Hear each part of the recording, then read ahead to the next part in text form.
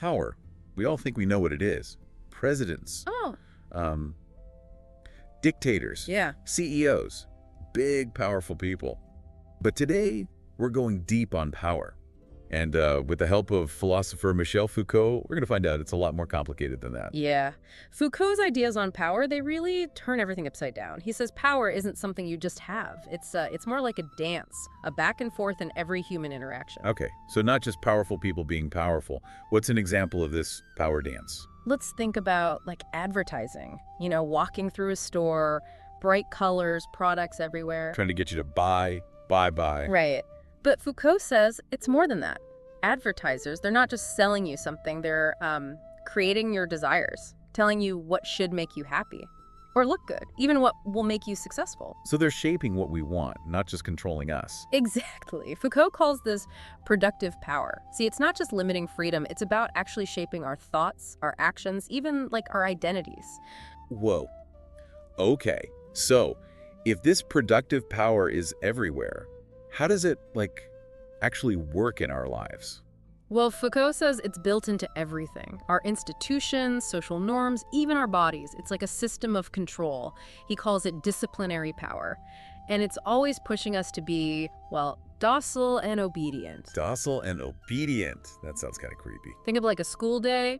The bell rings, tells you where to go. You sit in rows, facing the teacher. They have the power, right? Your grades, the rules, all of it.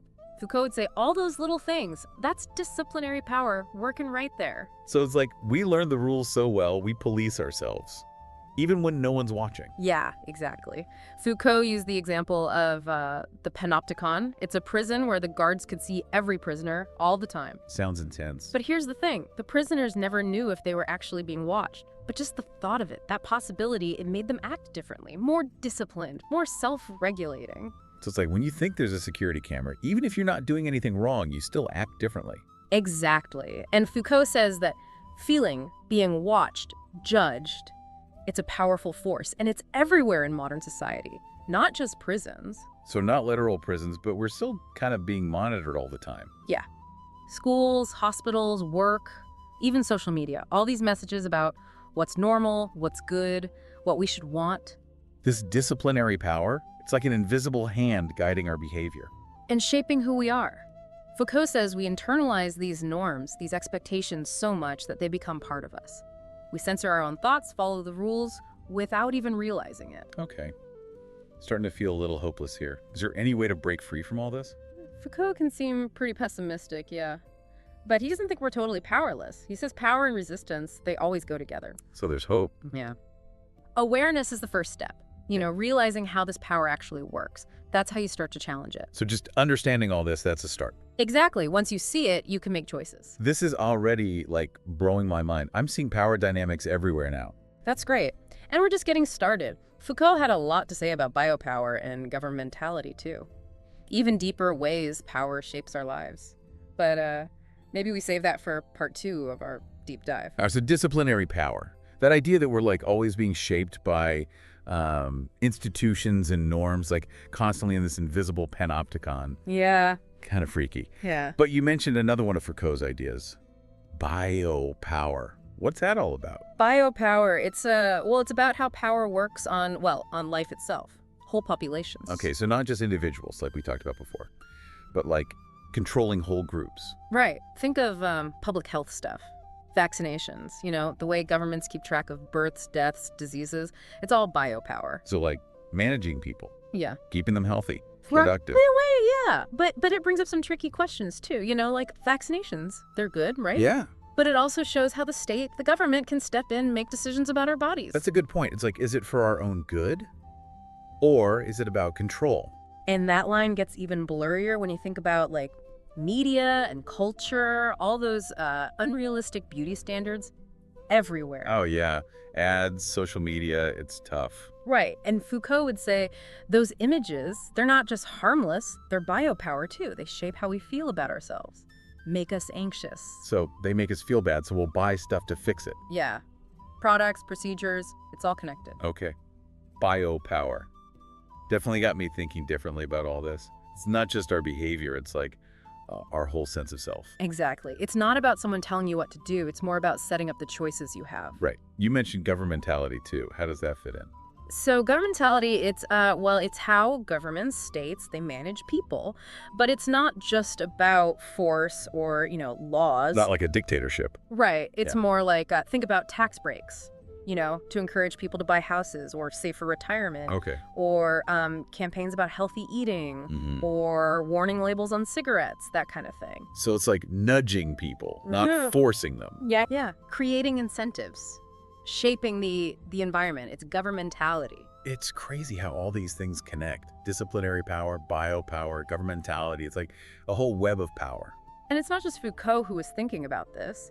Lots of other philosophers have their own takes on power, like Antonio Gramsci. He focused on ideology, how culture shapes our beliefs. Ideology. Yeah, like the dominant group in society, they don't just use force, they shape our values, make their way of thinking seem like common sense. So we're basically agreeing to be controlled. Kind of. It's like we internalize it. That's what Gramsci called hegemony. And it fits with Foucault's ideas about how knowledge and language shape our reality. It's like that saying, the best way to control people is to make them think they're free. Exactly. But then you have someone like Hannah Arendt. She had a more, optimistic view. Wasn't she like really into totalitarianism? Yeah. She wrote about evil. But she Yeah. also believed that real power, true power, comes from people working together, collective action. So for Arendt, power wasn't bad. No. She thought it could be a good thing. Something that comes from the people. For change. For freedom. Very different from, Foucault's darker view. Wow. So many different ways to think about this. Power is control, power is culture, power is action. Yeah. And that's the thing about power. It's complicated. It's not one thing. It's always changing. It's in all our relationships. So where does that leave us? If power is everywhere, like this, can we even be free? Do we have any control? That's the big question. And, maybe we should save that for the last part of our deep dive. But I think the important thing to remember is understanding power, it's not about feeling defeated. It's actually about empowering ourselves. Empowering. How? Because once you see how it works, you're not just stuck. You can start making choices, resisting, maybe even finding ways to use power yourself for good. So we've been talking about all this pretty heavy stuff. Disciplinary power, biopower, governmentality. It's like easy to feel kind of small, like what can we even do? Yeah, I get that. It can be overwhelming. But remember at the end of last time we were talking about empowerment? Right. Knowledge is power or something like that. Exactly. When we see how power works, it's like we're not just going along with it anymore. We can start to make choices, resist, even challenge the whole system. Okay. So how do we do that? Like in real life? What would that look like? Well, let's think about consumerism. Ads are everywhere. They're always telling us we need to buy stuff to be happy, successful, The whole keeping up with the Joneses thing. Yeah. But if we understand how those messages work, how they use our insecurities, it can help us resist. Be smarter about what we buy. So instead of just scrolling through Instagram feeling bad because everyone's life looks perfect, we can stop and think. Ask who's benefiting from this? Am I really wanting this, or is it just like a made-up desire? Right. And that kind of critical thinking, it's important in other areas too. The news, for example. We're always getting information, but who's choosing what we see? What biases are there? So it's like we need to learn how to decode all the messages coming at us. Yeah. Develop a kind of power literacy. And that can help us in our personal lives too, understanding those power dynamics in relationships. With friends, family, partners. All of it. It can help us set boundaries, communicate better, create relationships that are more, balanced. So it's not just about big systems, but also how we interact with each other every day. Right. And that's where real change starts. Those little moments of resistance when we question things, challenge the status quo. What are some things people can do, practically, to develop this power literacy and start pushing back? I think it starts with questioning, everything. Don't just accept things at face value. Be skeptical. Look for different points of view. So being a little suspicious is a good thing. Yeah, and talk about it with friends, family, whoever. Yeah. Sharing those observations, it raises awareness. Like that spark that starts a fire idea. Exactly. And resistance, it doesn't have to be some big dramatic thing. It can be small, like logging off social media for a while, supporting local businesses, speaking up when you see something wrong. Those little things actually matter. Yeah. They challenge the system bit by bit. This whole conversation has been like really eye-opening. It's easy to feel powerless against all these like forces, but I'm feeling, well, more hopeful now. Like we actually have some control. And that's what Foucault was all about, helping us understand power so we could be free. So to everyone listening, take all this and think about it. See where power is at play in your own life, question things, and find those little ways to resist, the ones that work for you. Remember, power might be everywhere, but so is the possibility of change. Thanks for joining us for this deep dive. Keep questioning, keep resisting, and we'll see you next time.